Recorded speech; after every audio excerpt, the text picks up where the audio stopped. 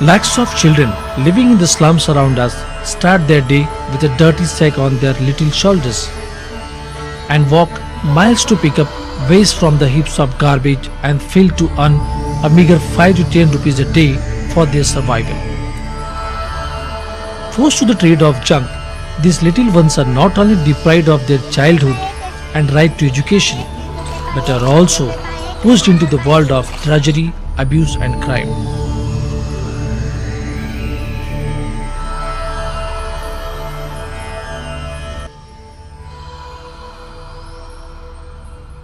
मेरे नाम है Birju Kumar.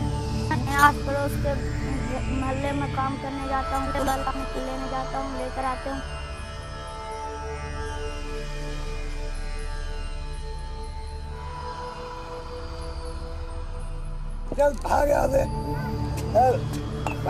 Born and brought up in the whimsical dwellings and overcrowded settlements, blighted by poverty and basic amenities of life, these children fail to reach their full cognitive potential as they also continue to be excluded from school education.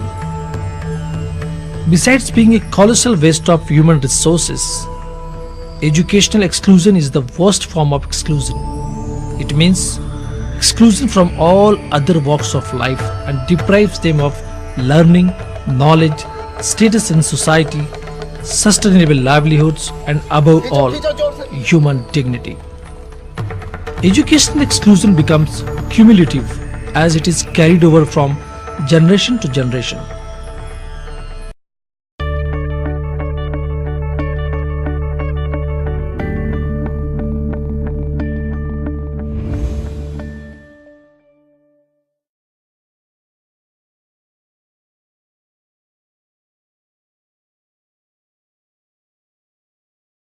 So I think the right to education provides a great opportunity. It's a new opportunity because now it's a law that the school management committees can actually take a lot of decisions regarding the good functioning of the school.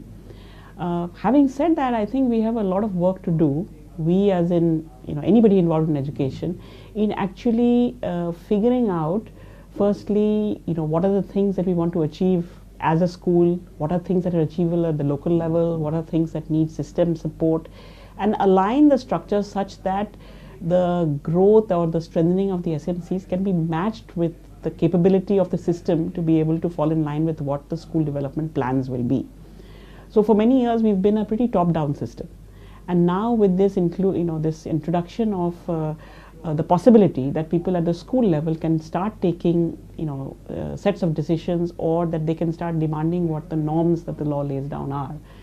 I think work has to be done on all sides, both at the ground level to inform people, to build their capacities, to work effectively together, as well as for the system to be able to respond in a way that if you empower a lot of people at the school level and who become very active, how not to disappoint them. So I think it's a game of how do you incrementally build capacities of the system as well as capacity of the committees to together achieve some goals which have been clearly laid out. So for example, if it's infrastructure norms, those are all in place. Those are written down, there are laws, but most of the important decision making on who gets what money when cannot be made at the school level. So if I am a school and I have an active committee and I demand that I need a teacher tomorrow, the system has to have some capability of telling me when the teacher will come. So in a way, if you look at what schools need, what schools ought to have, and there may be things that schools want which are well and above what the norms are, how will the financing and the decision making structure actually support these needs to be sort of mapped out. So if I want, for example, I want a room, I want a teacher, these decisions can't be, I can make the demand at the school level, but the supply doesn't come to me automatically, and neither do we have a culture of letting people know when these decisions are going to be taken. So I think that for example, work that we as Pratham have done in some places, including Hyderabad, indicates that we need that this whole business of strengthening school management committees needs a couple of things. One is very clear goals that you want to achieve. Infrastructure goals are clear, but I think learning goals, there has to be much greater articulation across the system of by which age children should be able to do what and what needs to be done to get there. And also, as school committees begin to want things or take decisions, how to follow them up from the system. So both sides, I think there is a great deal of actually hard work that needs to be done.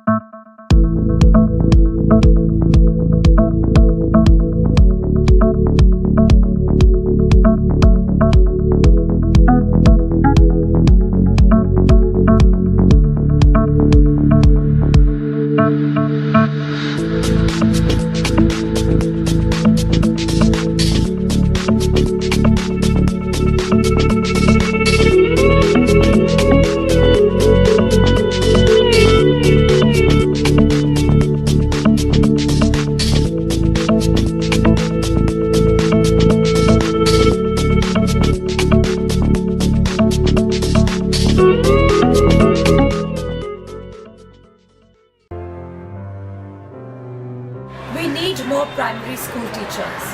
We have these IITs, IIMs in India, but what about primary school education? In our society, very few people from the lower strata make it anywhere. That is why I decided to join Akanksha. I felt our country needed more well-trained, well-educated people to join together and put their time into this cause. Yes, we can make a difference. So I decided to teach.